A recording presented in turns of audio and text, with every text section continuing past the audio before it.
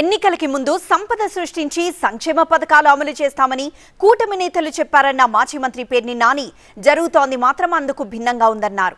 అయితే ఈ వ్యాఖ్యలకు కౌంటర్ ఇచ్చారు ఏపీ మంత్రి సత్యకుమార్.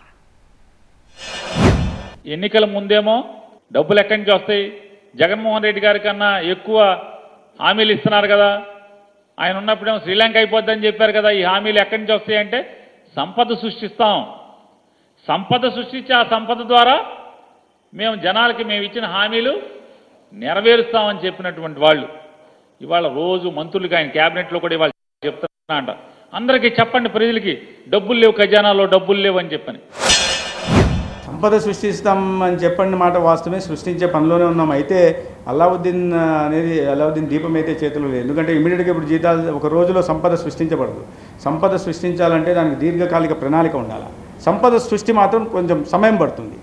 అయితే ఇమీడియట్గా ఇప్పుడు జీతాలు ఇవ్వాలా, జరిగిన వాటికి ఖజానా ఖాళీ అయింది కాబట్టి దానికోసం తప్పని పరిస్థితుల్లోనే అప్పు చేయాల్సి వస్తుంది. అయితే వీటిని అన్నిటికీ కూడా ఖచ్చితంగా ఉత్పాదక పనుల మీద, ప్రొడక్టివ్ యాక్టివిటీస్ మీదే ఈ ధనాన్ని వెచ్చించడం జరుగుతుంది.